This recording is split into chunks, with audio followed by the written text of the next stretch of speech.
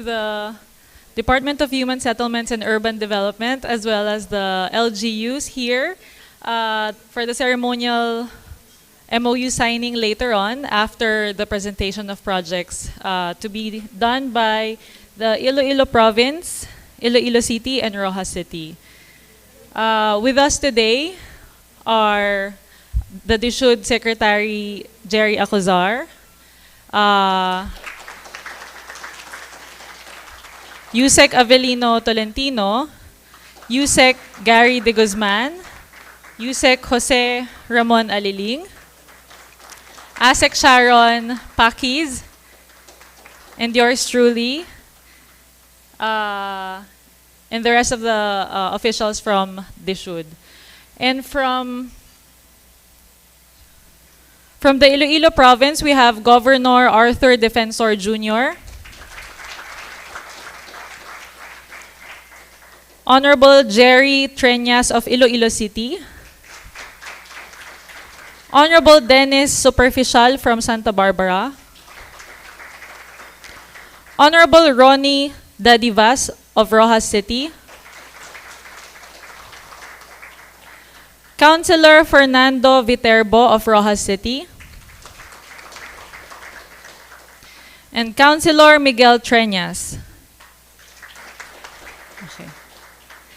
All right, so without further ado, we would now be proceeding to the audio-video presentation of the Department of Human Settlements and Urban Development on the Pambansang Pabahay para sa Pilipino Zero ISF Program for 2028. Imagine a nation where every family has a place of their own. Walang Pilipinong walang bahay sa sariling bayan. A project of the Marcos administration. Pambansang Pabahay para sa Pilipino. This project aims to address the current housing situation in the Philippines through the Home for Everyone, Program 1. This program sets its focus on finishing the 6 million units backlog due to unaffordable housing and inaccessible housing funds by constructing 1 million homes every year for 6 years, alongside providing preferential interest rate of 1% to its buyers. The current ceiling of one socialized housing is at 580,000 pesos, which most Filipinos can't afford. With this program, Filipinos will now have the power to choose a house they can call home. Option 1. Socialized housing. Option 2. Upgraded housing. Option 3. Mid-rise and high-rise. How will this project be funded?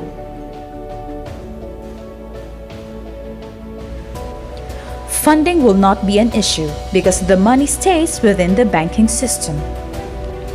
Bank lends money to buyers to buy a house. Buyers pay the developer. Developer pays the contractors. Contractors pay the suppliers for construction materials and labor. Suppliers and laborers deposit their money or spend them. As the Home for Everyone Program 1 prospers, more individuals and families will be qualified to avail of the housing program from Luzon to Visayas to Mindanao. In addition, President Ferdinand Marcos Jr.'s Pambansang Pabahay para sa Pilipino now introduces the Home for Everyone Program 2. This program aims to give solution to the housing problems of the poverty-stricken Filipinos. In 1938, President Manuel L. Quezon purchased 1,529 hectares of land, amounting to 5 centavos per square meter only. Today, with a property price of 100,000 per square meter, Quezon City is now one of the richest cities in the country. 4 strategies to achieve this plan. Utilization of idle land and idle money. Improvement of transportation and infrastructure. Tapping government construction.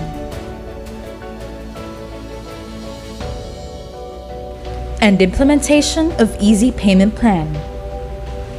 The program's source of funding will be from the projected market value of the 2,000 hectares reserve area, which is 1 trillion pesos at 50,000 per square meter after 30 years. This project will likewise create 2 new megacities in the south and in the north, replicating the success of Quezon City, and will help decongest Metro Manila. With the construction of the North-South Economic Expressway from Quezon to Cabanatuan, and ease in transportation of goods and services, agricultural development and economic growth will be its results. With this in mind, the Department of Human Settlements and Urban Development envisions to develop and transform these blighted areas and the Philippine landscape into prime, residential, and world-class waterfront developments. The Zero ISF 2028 project will set its focus on the identified areas to be launched for the first 1 million units, which will then be replicated across the Philippines.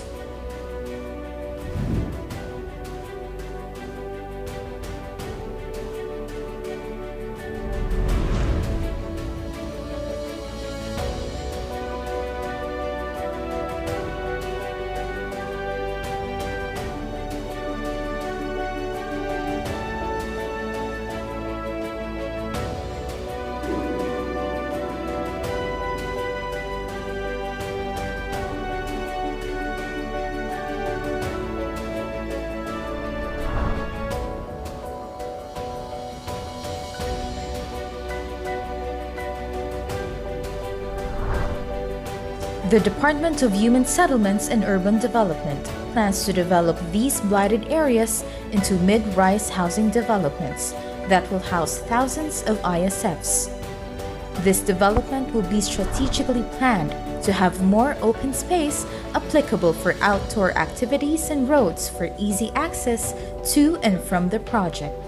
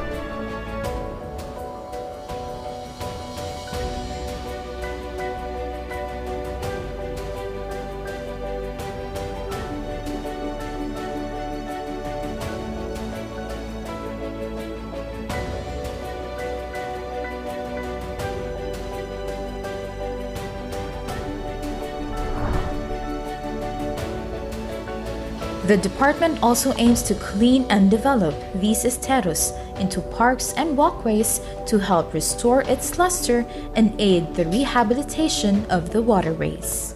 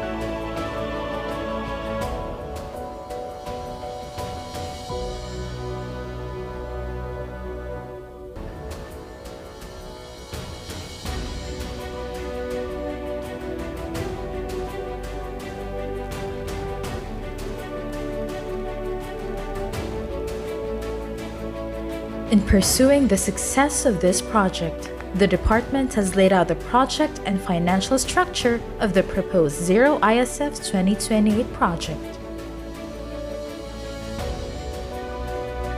The Department of Human Settlements and Urban Development will identify the blighted areas for conversion to mixed-use development. For privately owned properties with informal sector families, the local government or DHSUD will acquire the property through purchase or through expropriation. For government-owned properties occupied with informal sector families, preparation for mixed-use project will proceed. Real estate developers and contractors. DHSUD to identify qualified developers and contractors. Pag-ibig to provide developmental loan to developer or contractor. LGU and DHSUD shall identify ISF beneficiaries. ISF shall have priority in the allocation of units. Public will be allowed to purchase units from the development not allocated to ISF beneficiaries.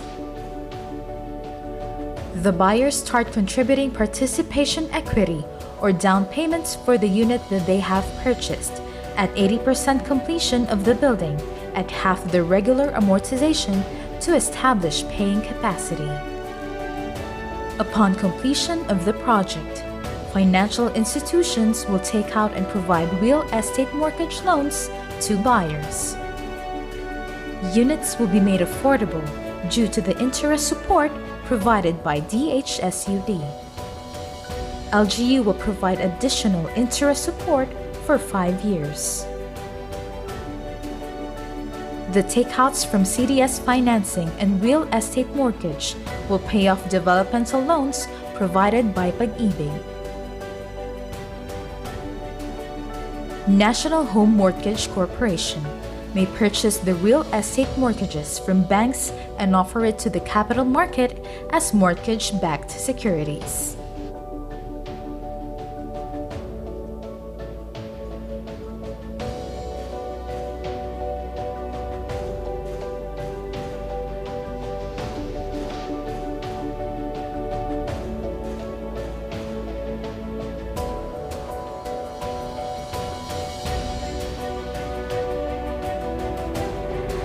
Let us establish more livable and sustainable urban communities.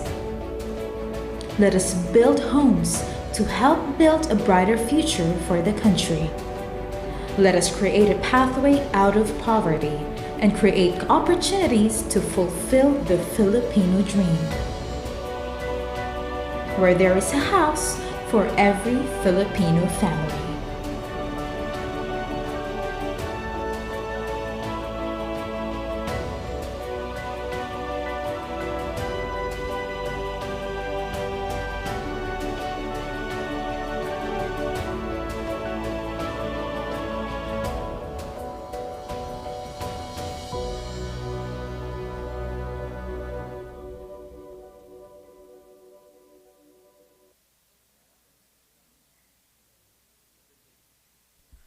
Proceeding to the second part of the program, it will be the presentation of LGUs for the proposed projects, started with the Iloilo Province, Iloilo City, and Rojas City, respectively.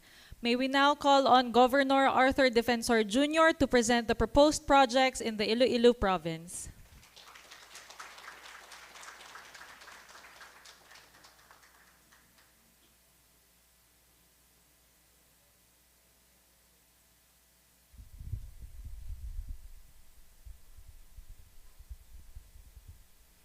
Maayong hapon sa tanan. First of all, I would like to thank the new administration of President Marcos for the attention that you are giving to the city in the province of Iloilo, as well as our provinces and cities in Panay, and also to Secretary Jerry Acusar. Maraming salamat sa panahon na binibigay ninyo sa amin dito sa Iloilo. Malaking bagay sa amin, no?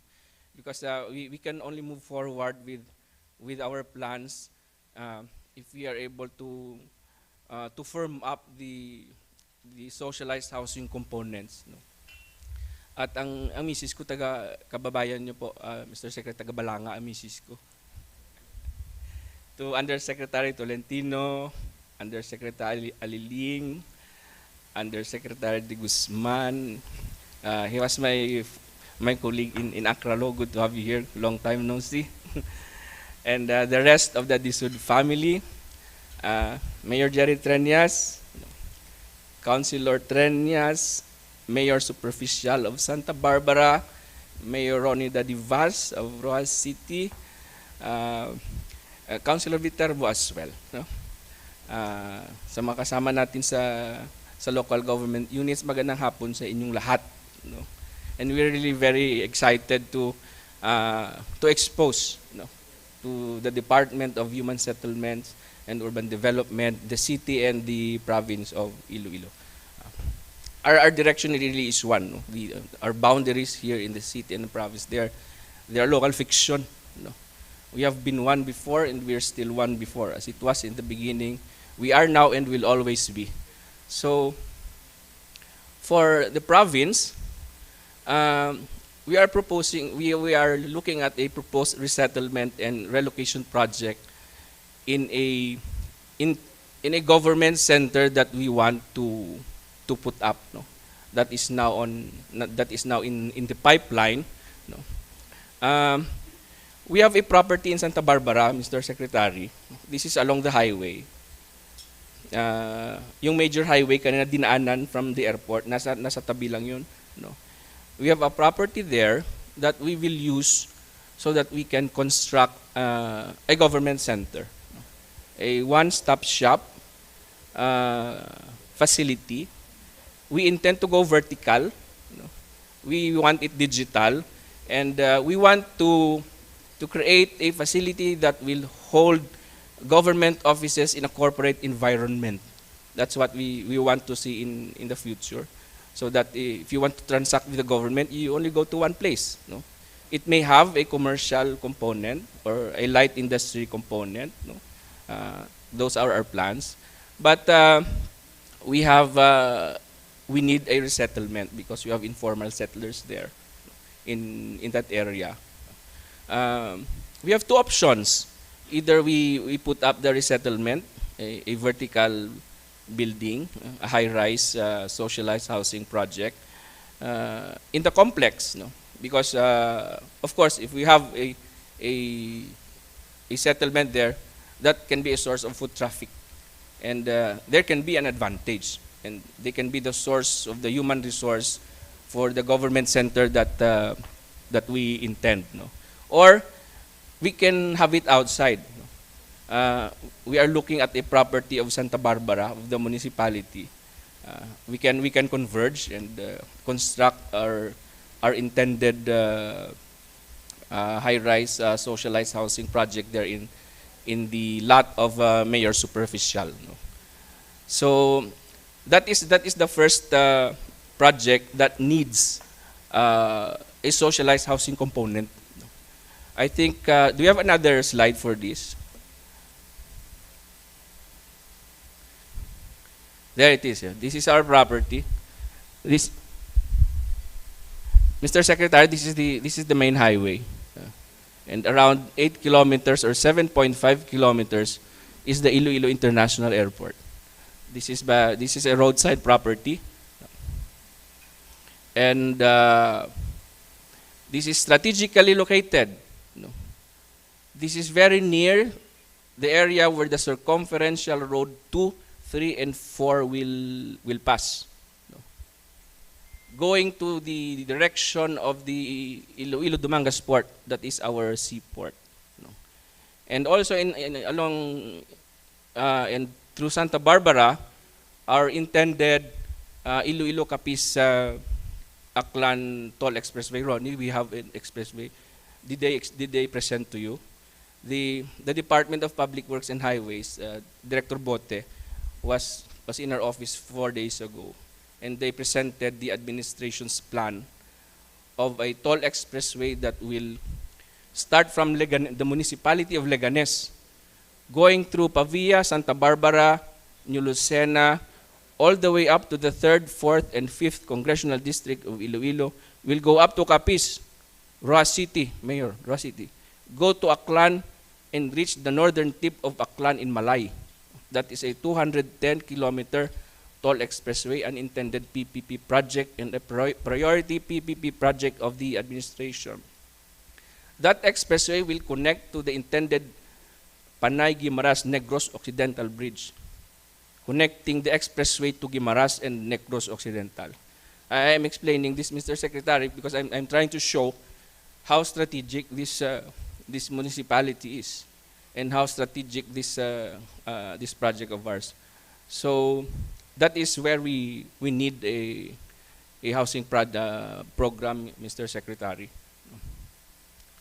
Do we have another slide for our government center? Yeah, it is in the barangays Bulong Oeste and Inangyan.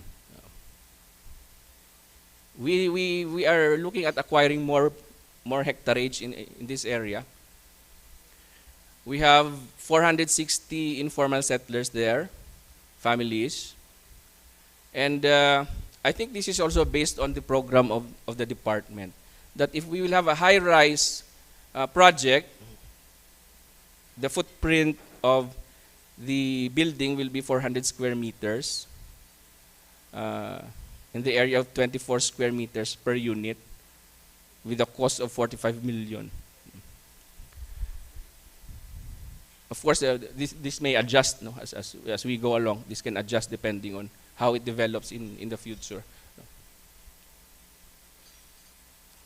And our next, Mr. Secretary, we have this Purok Resilience Program that's supposed to be resilience. Purok Resilience Program. I want to explain this in the most practical terms. First of all, can we have our executive order so that I can put it in context? Yes. Ang Purok Resilience, Mr. Secretary, para practical, we want a localized, socialized housing program that will serve as a relocation site for families that we will relocate from danger zones. From danger zones. This is also based on Republic Act 7279 and the other laws and issuances of the government on housing, na a socialized housing program as well as climate change response. Kasi gusto naming ilipat yung mga nakatira sa tabi ng ilog at sa mga creek, kung sa nakarang 3 taon kapag malakas ang ulan ay binabaha sila. No? We want to relocate them in a site that is near, no? Hindi natin sila gustong ilalayo sa barangay nila, no? Kasi in our experience, it's better that the relocation site is near their livelihood. Mahirap yan kapag ilipat natin sila malayo sa bangka. Mahirap kung ilipat natin sila malayo sa bukid. The tendency is that they will use it as a vacation house and then they will go back again to where they were before. This is really intended to be small, no? That is why I call purok level, barangay level lang, no? Hindi siya malaki, no? And it is a resilience program. It's a response sa nagbabago nating climate, no? This is a convergence, Mr. Secretary. You know, we want to converge with national government agencies, especially the DHSUD, the OCD in identifying the beneficiaries, the LGUs, and even the private sector. We have spoken with the friends and partners from the private sector for a possible funding from international agencies who have funds for climate response. No? But of course, mas mabuti kung matutulungan kami ng department. No?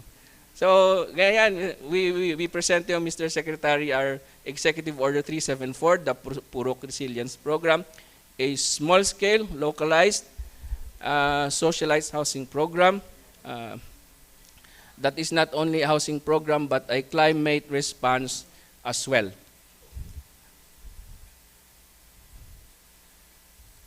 See, can we go down? Siguro, I think we have captured the essence of the executive order. See, can we go down? What do you have? So that's how it's described there, no? The following are its features: a small-scale, localized, and socialized housing project established in a resettlement area in barangays of cities and municipalities not remote from the livelihood of its beneficiaries and identified by the province based on our Provincial Development Risk Reduction and Management Program in collaboration and upon technical advice of concerned national government agencies or our convergent partners, pursuant to Section 40 of RA 7279. Can we go down? And it shall be established on land identified pursuant to Section 8 of 7279, may be owned by the province, by the municipality, donated by the private sector, and its beneficiaries shall be residents who are underprivileged, with priority to those who shall be relocated from identified hazard zones pursuant to 7279, RA 10121, and of course our disaster risk reduction and management plan. So this is it, Mr. Secretary, our localized housing program. I hope we can converge with the Department of Human Settlements and Urban Development on this project. So ways forward.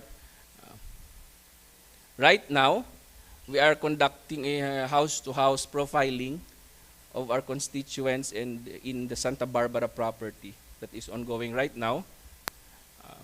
Of course, we are identifying possible sites. The property of Mayor Superficial is a potential. And we have technical interventions. Do we have another slide? Wala na?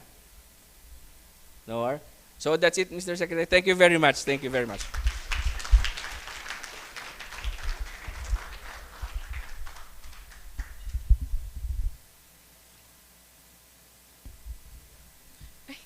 Thank you very much, Governor Defensor, for that presentation.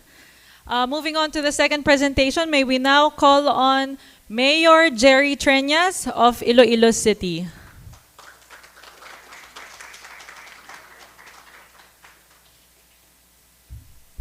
First of all, I would like to thank Secretary for coming here together with your team.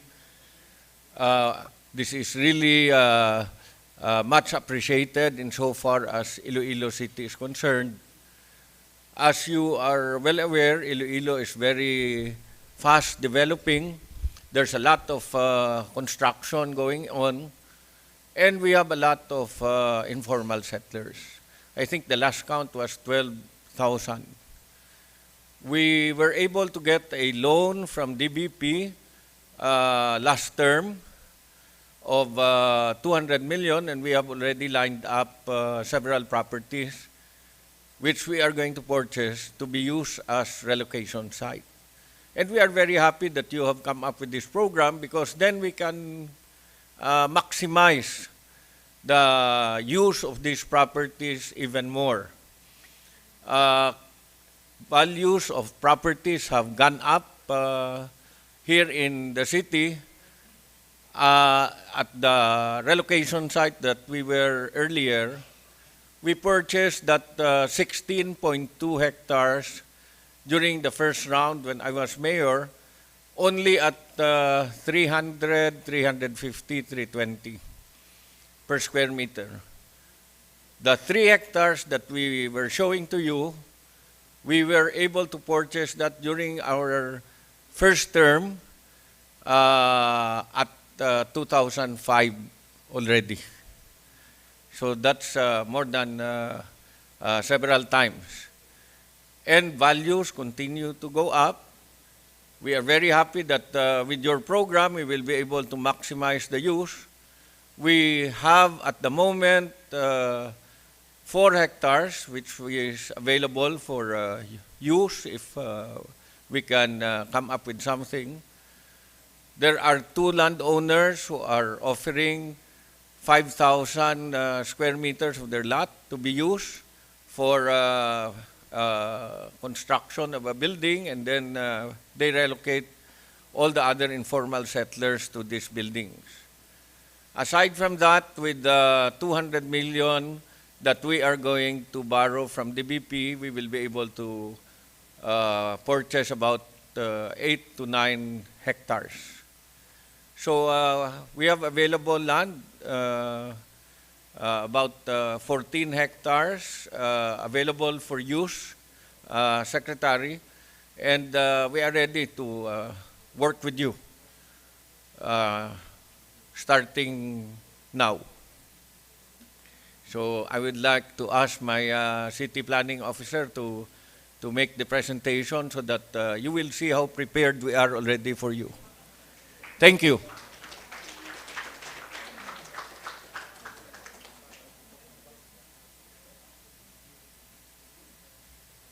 Magandang hapon po, Secretary, and the rest of the DHSUD family na naging family na rin namin, and NHA. My task is to focus on the two initial priority projects of the city. And we're very happy po na to welcome you to a city that does not have a forced eviction and always puro voluntary relocations. And we managed to do that because yung aming mga sites po ay are always within 7 kilometers of the city center, always with access to public transport, flood-free, parang subdivision na rin. Hence, wala na pong relocation sites na pangalan. Ang aming mga sites ngayon are called subdivisions. So we have Uswag subdivision, we have the River Plains subdivision. This afternoon, I'd like to present to you yung firstly the context of regarding the two priority sites. Actually, the mayor mentioned that we have several na ready na. And these are the breakdown of those. The ones shown in orange na shading are the two priority projects which you already visited early today, Secretary. So just to give you a spatial dimension of these sites, you will note na we managed to distribute this all over the city so that mai-ensure natin na yung ating mga informal settlers will always be within access sa kanilang mga district centers where we have mixed-use development that offer living, dining, worshiping, and learning opportunities so that they will no longer move around the city via vehicular traffic but can already take on walking and cycling.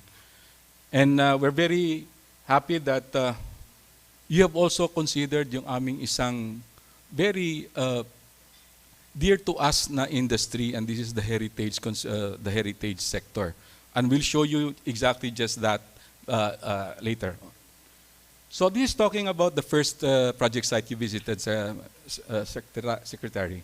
Yung site po, as you will note, is already fronting also a water body, yung Haro River. Hence, this is not only an inland site, but also a waterfront. And I was excited listening to you saying something about enhancing the environs by way of community facilities that will liken that of mga Ayala developments. Because surely, this is another way of ensuring na walang forced evictions because people will love to transfer with this. So, this is close to a university. And so the offering for learning is also made easier and very, very comfortable para sa ating mga students. Now, this is just a refresher of what you saw earlier. No? But let me also talk about the second site that you visited, yung Central Bank site.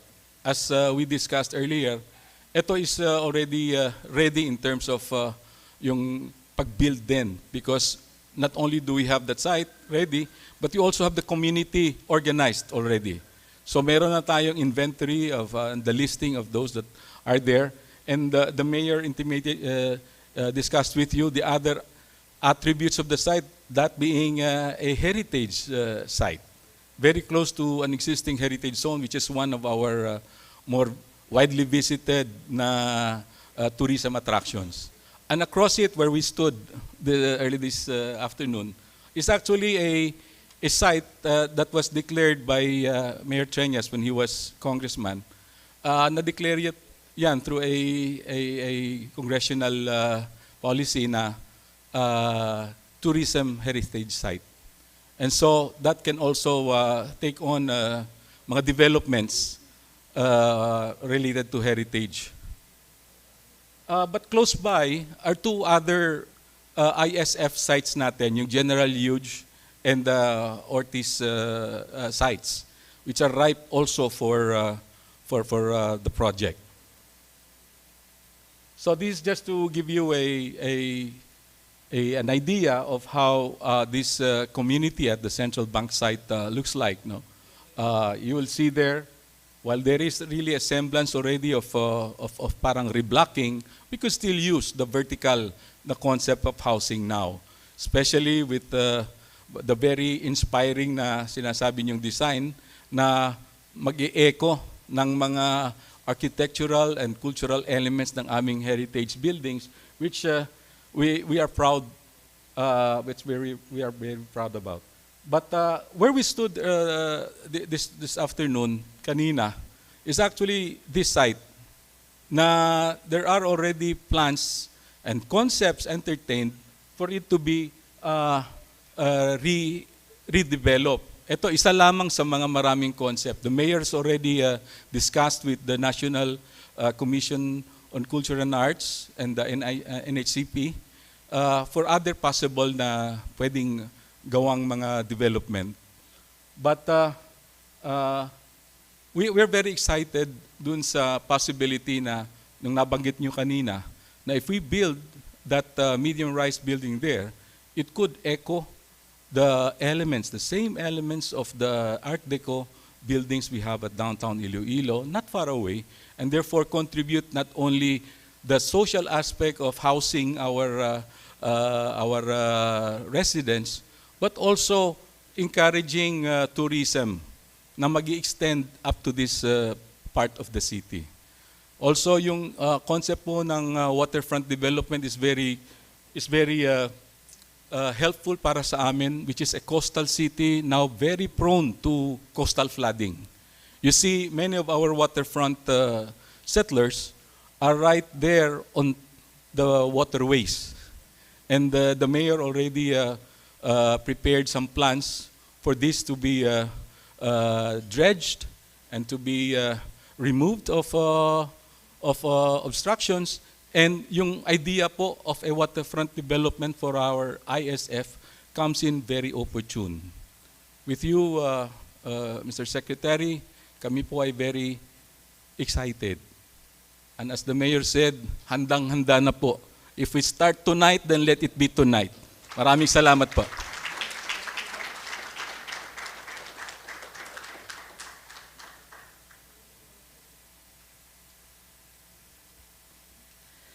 Thank you very much, Mayor Jerry Treñas and Mr. Ronnie Peñalosa for that presentation. Moving on to the third presentation of proposed projects, may we now call on Mayor Ronnie Davidas of Rojas City.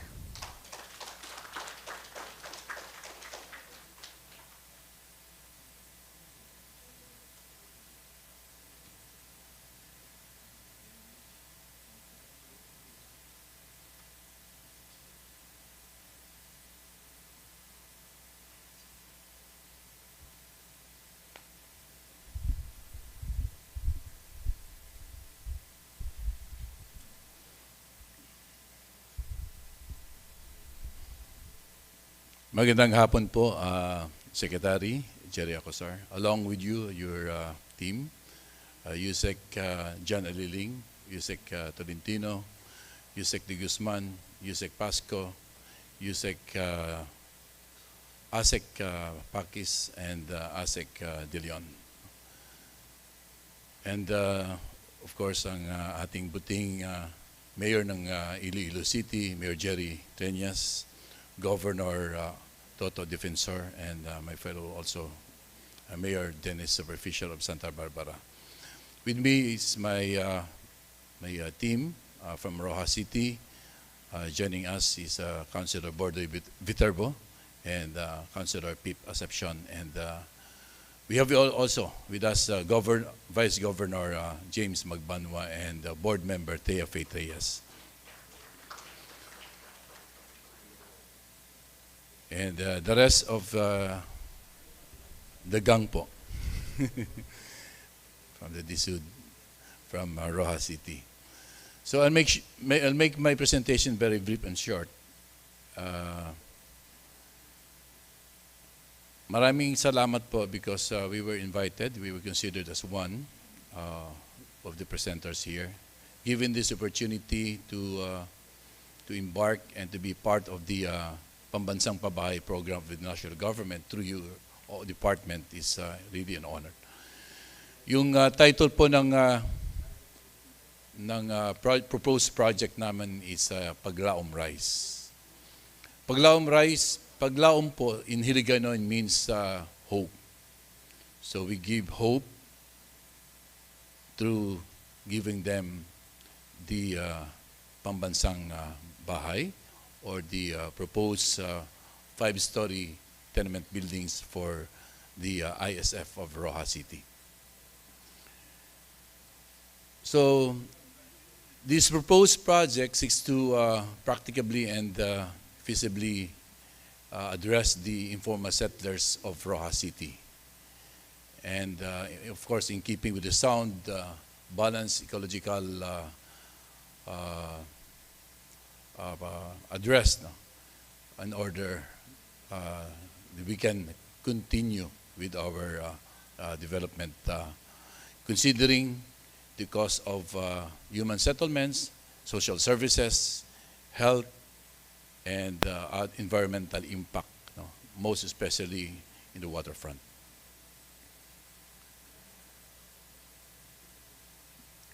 Bakit kailangan po namin yung Paglaom Rice or yung proposed project? We have 774 urban informal settlers in Rojas City. This is on 2 sites, barangays 5 and 7.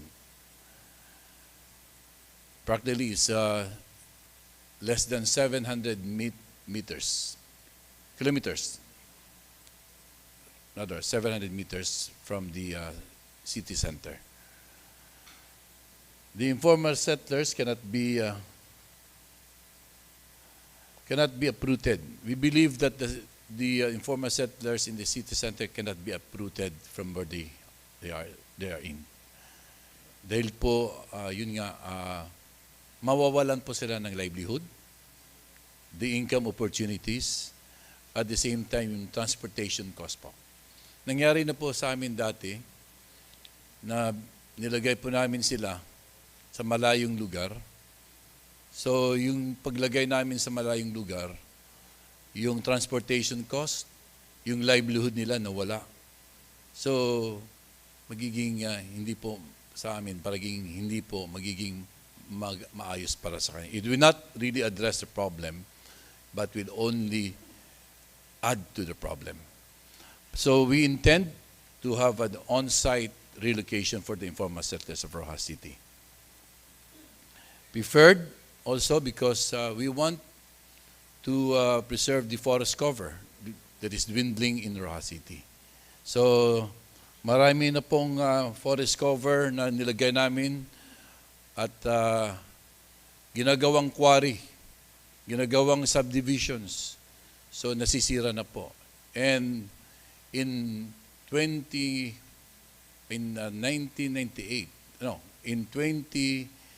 2008 to 2021, it's already 7.61% of our forest cover nawala na po. So threatening po sa ating environment at saka for Rojas City. The proposed site in Barangay 5 is 3.1 hectares, partly owned by the Viterbo, private property, Viterbo family, and the city government. Underway po yung negotiation for the donation of lot para from the private sector, and okay naman po, maabot po ito. Pag-usapan na namin. We started negotiating with them, and pretty sure we're going to have this. So makikita po na, makita niyo po na yung lugar na po malapit po sa sentro at saka malaking area po mako-cover namin. So we can develop this area, makukuha na rin po yung eyesore sa Rojas City. And it will totally change the landscape of the city, just like here in Iloilo City, where we also want nga magiging kagaya po ng model city ang Iloilo City. Next slide, please. Another site is in Barangay 7. It's a 2.13 hectares land and also owned by the Viterbo family and the city government. So may combination po ito dahil may property po ang city government pero naka-adjoining po yung property ng private owners. So still underway yung negotiation with the private owners and we're on the verge of consummating a perfection of the negotiation or the donation. So makikita nyo po yung area, malaki rin po at saka mayroon pong tubig, waterfront po. So maganda pong area for development. So all in all, for these two sites, we propose po na maglagay o magtayo ng 9 tenements buildings, mid-rise, 5 level, at saka ito po ay makaka-address with the open space.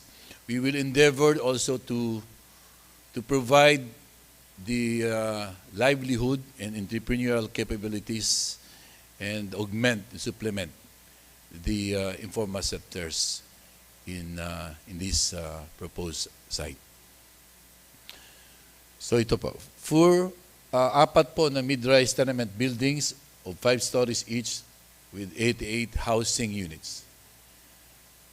At yung isa, mid-rise tenement building with 72 housing units. So dito lang po sa Barangay 5, we're expecting 424 urban informal settlers that will be the beneficiaries of this proposed tenement. In Barangay 7,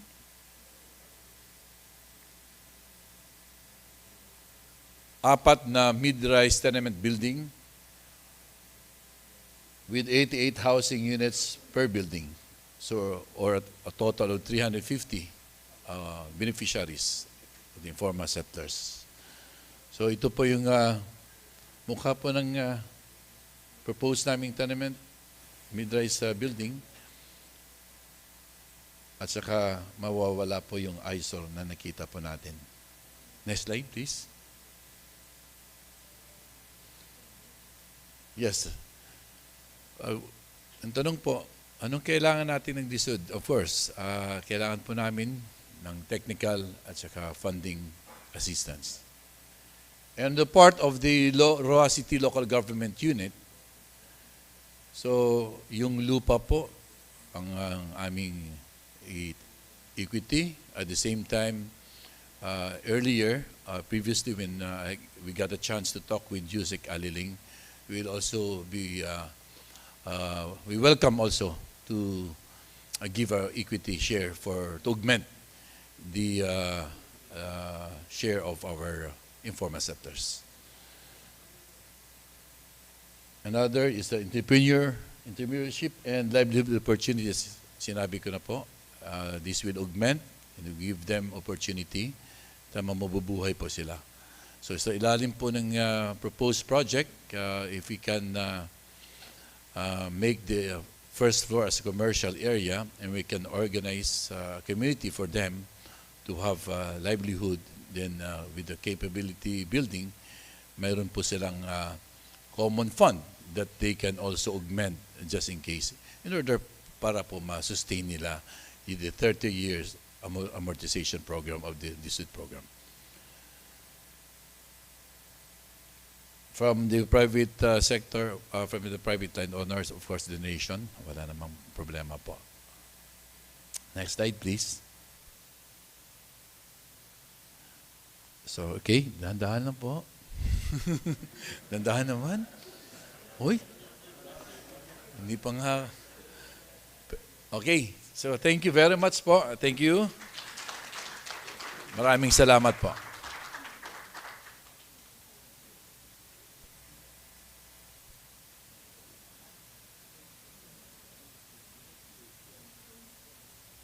Thank you very much, Mayor Ronnie Dadivas, for that presentation.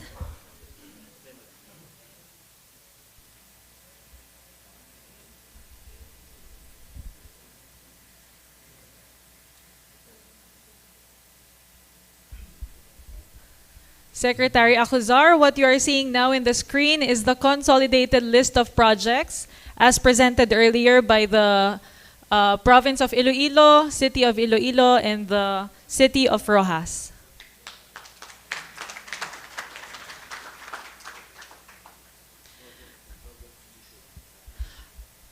Before we move on to the ceremonial MOU signing between the LGUs and the DHSUD, may we now call on Secretary Jose Rizalino Acuzar for his message.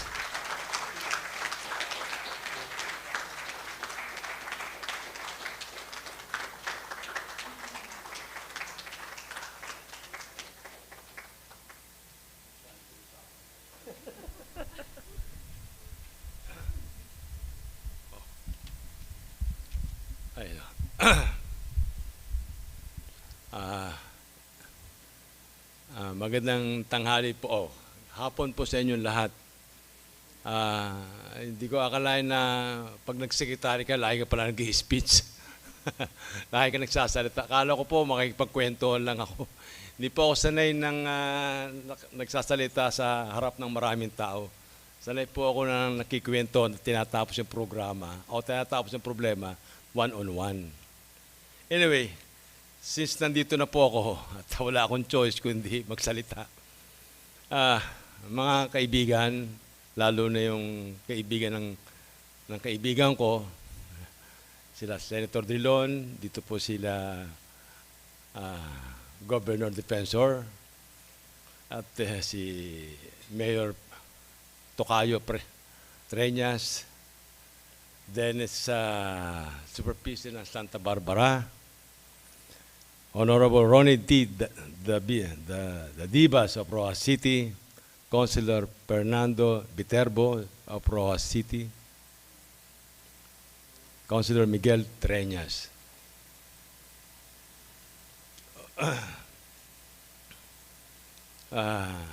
Ako po ay naatasan ng presidente po. At ako po ang pinakahuling nailigay na sekretaryo. At hindi ko maintindihan bakit ako nandito ngayon. At magtatrabaho ko para tapusin namin yung backlog. Meron pa kasi bago po mag-election, may napag-usapan po kami na kung anong gagawin dun sa housing backlog. Ang napagkwentuhan lang at sabi niya, nakaikot ako sa kampanya, Jerry. Nakita ko yung kondisyon talaga ng Pilipinas. Lalo na yung mga mahihirap. May magagawa kaya tayo dyan. Ako po kasi galing ako sa National Housing Authority. At 40 years ago, naging draftsman po ako ng National Housing Authority. So kami po yung gumawa ng Cubeta Village, doon sa Dasmariñas. Kami po ang gumawa ng core house. Kami rin po ang gumawa ng Tondo. Ang Tondo Foreshore Development Authority, slum area nung araw yan. Yan ang the biggest slum area sa buong Asia. At nandiyan po si Presidente Marcos na malagay. Ang ginawa niya po through World Bank, ang Tondo Foreshore Development Authority. Na kung saan, doon po ako natuto at naging boss ko po si General Tobias. Since po then, ang naging orientation ko po ay low-cost housing. Isa lang po kasi alam ko sa low-cost, pag walang pera at walang pondo, paliliitin, at pagkakasahin para mawala doon sa slum area ang mga Pilipino, ang mga mamamayan. Marami pong klase ang paggawa ng socialized housing at that time ng Human Settlement, National Housing Authority. Marami pong aral na ginawa dyan. Yung core house, yung Cubeta Village. Bakit po Cubeta Village ang tawag? Kasi walang sanitary core, yung mga mahihirap. Hindi marunong gumamit ng banyo. So, naisipan na ililigay mo na muna yung banyo, tapos dalhin mo yung mga shanties mo. Yun i-cover mo. At least meron sanitary. That's World Bank study at that time. Patapos po, gumawa rin kami ng reblocking. Meaning, yung CMP kung tawag, Community Mortgage Program.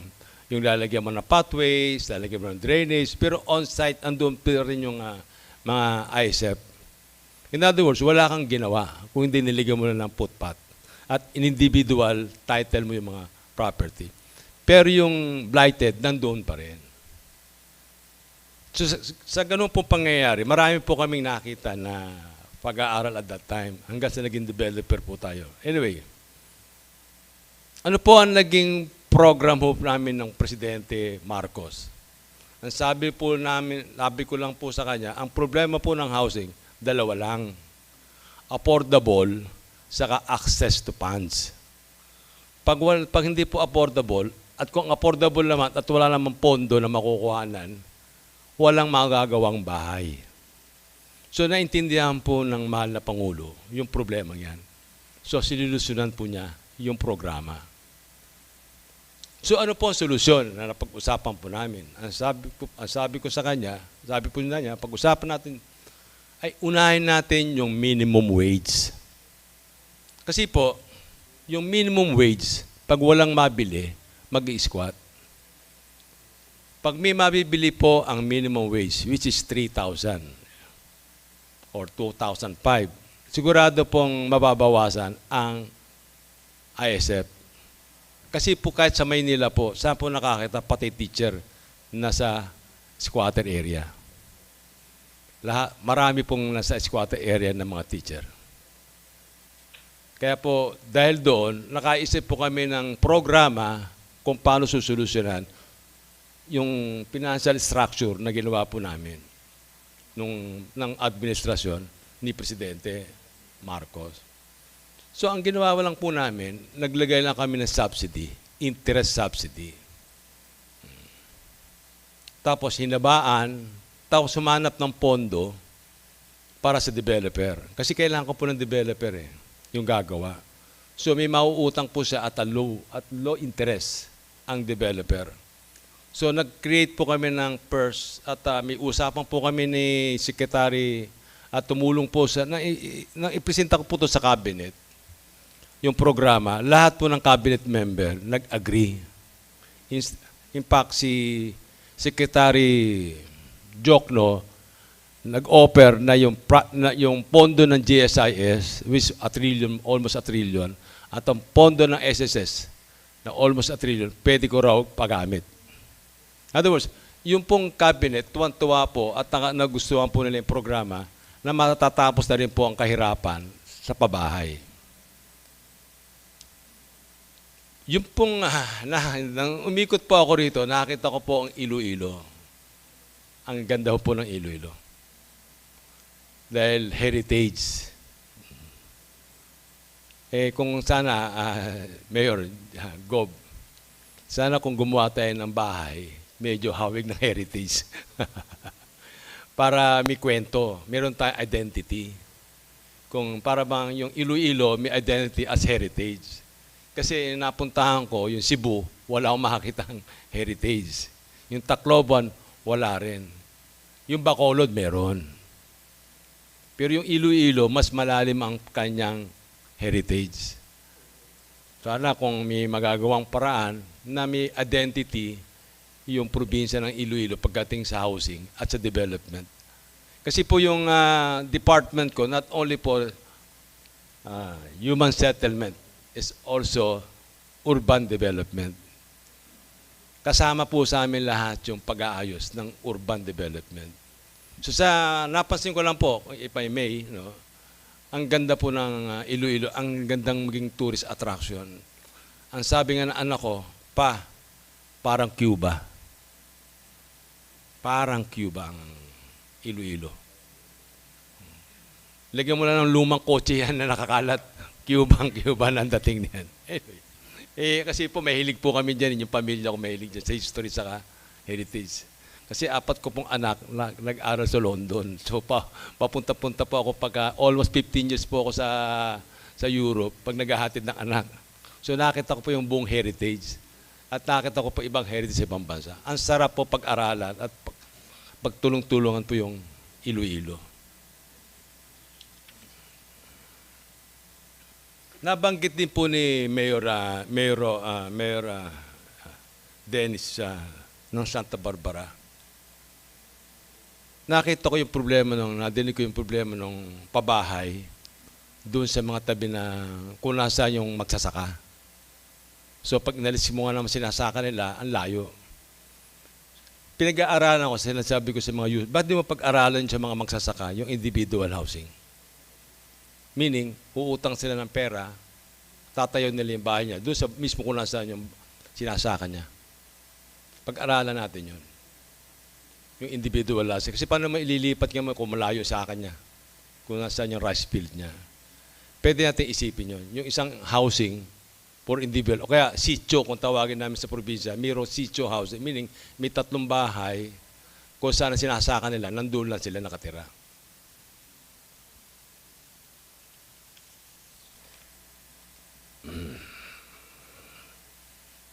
So mga kasama, at sa utos ng aking boss na si Presidente Marcos, na Bongbong Marcos, kami po ay full support at sa unity program niya na ginagawa para maayos ang buong bansa, lalo na po sa pabahay. Kami po ay nagpapasalamat sa inyong malugod na pagtanggap sa amin po. Maraming salamat po.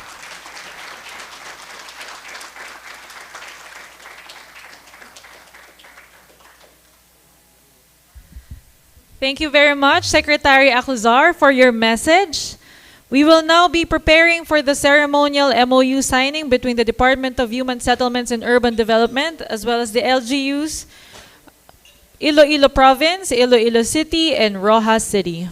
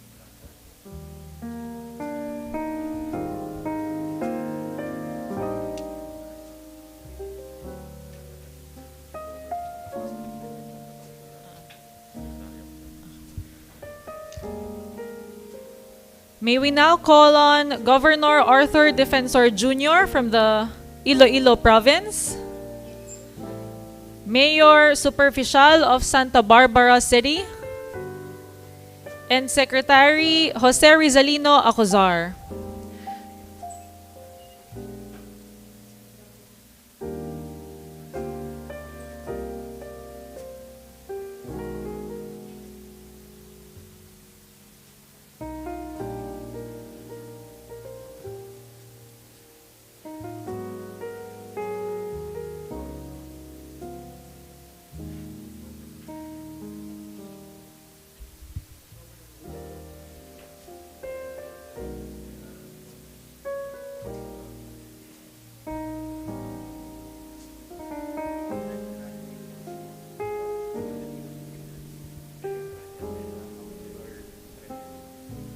Okay, we'll proceed with Iloilo City MOU signing first. May we now call on Mayor Jerry Treñas and Councilor Treñas for the ceremonial MOU signing.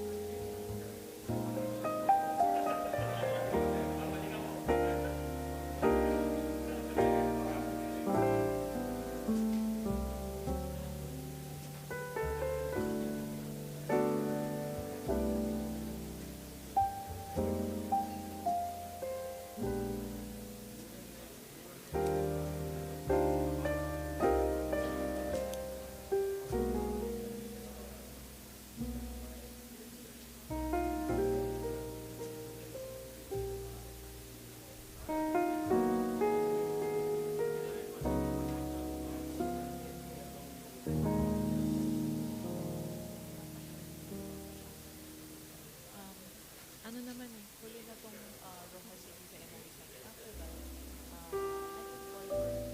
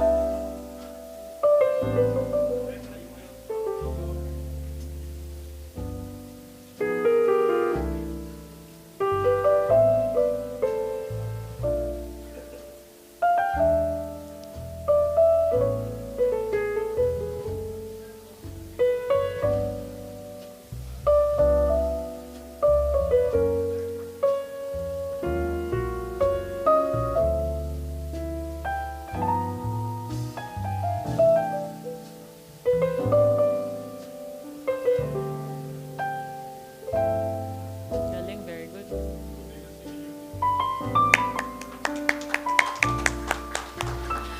May we now call on Governor Arthur Defensor Jr. of Iloilo Province and Mayor Dennis Superficial of Santa Barbara City.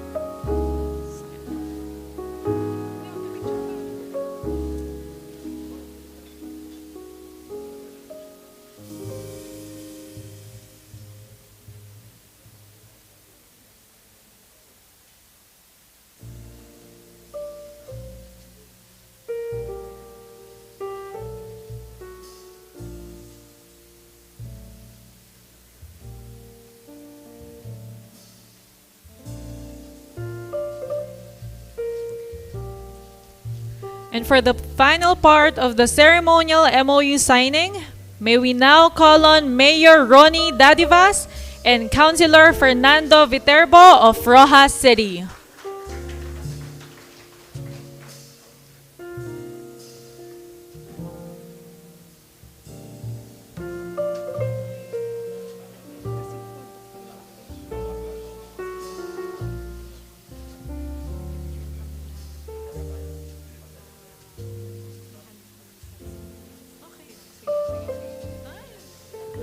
I'm not sure.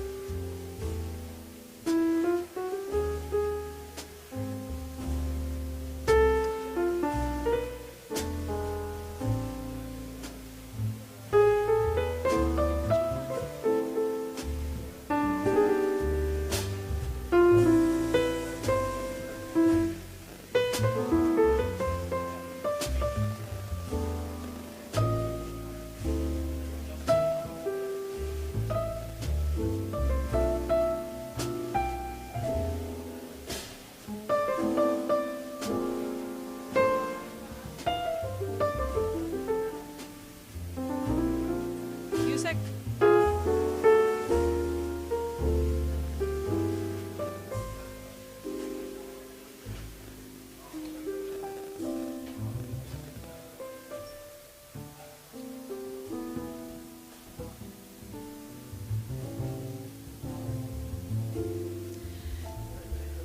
Thank you very much.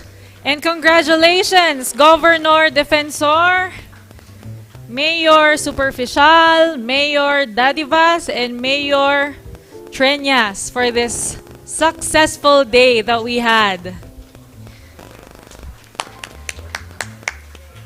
Before we end the program, the province of Iloilo is requesting for a photo op with all the key officials of the Department of Human Settlements and Urban Development for their presentation of tokens.